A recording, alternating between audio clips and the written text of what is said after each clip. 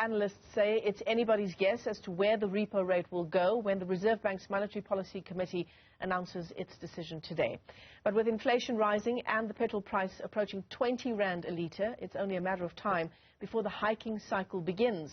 Nickolaus Bauer previews that decision.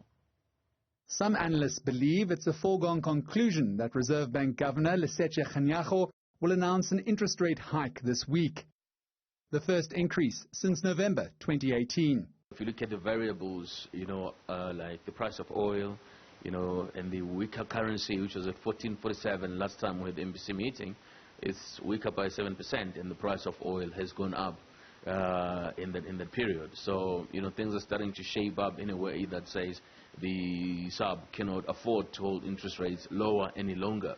While others believe if it stays the same, it will be the last time the Reserve Bank leaves rates alone for several years to come. The Reserve Bank's own quarterly projection model intimates that the repo rate needs to rise to 6.4% by the end of 2023, which essentially is guiding the Reserve Bank to consider raising the repo rate by 0.25% every single quarter between now and the end of 2023. With a prime rate of 3.5%, interest rates are at the lowest they've been in decades. But that doesn't mean consumers are prepared for a hike. Things are going to get worse. Nothing's going to be better. If they put interest rates, things are going to get very, very bad. Done recently to cut loans, so obviously it will affect my overall budget.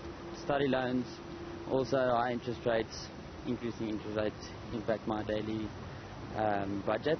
It's going to make living too hard. It's going to make it difficult because as is now, it's already hard to live. So if things go higher, I don't know how we'll manage. I'm also going to suffer because I'm suffering now.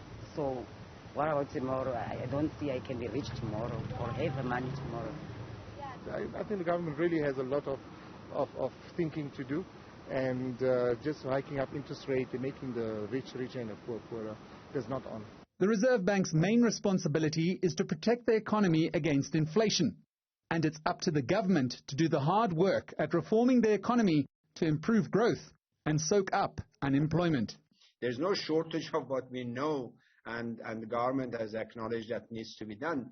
It's a question of giving it priority and not subjecting it to lechotlas and workshops. Whichever way the MPC decision goes, South Africa is in for a rough ride in economic terms for the foreseeable future. Interest rates are just one ingredient in the recipe for financial success for any country. For Newzroom Afrika, Channel 405, I'm Nickolaus Bauer in Johannesburg.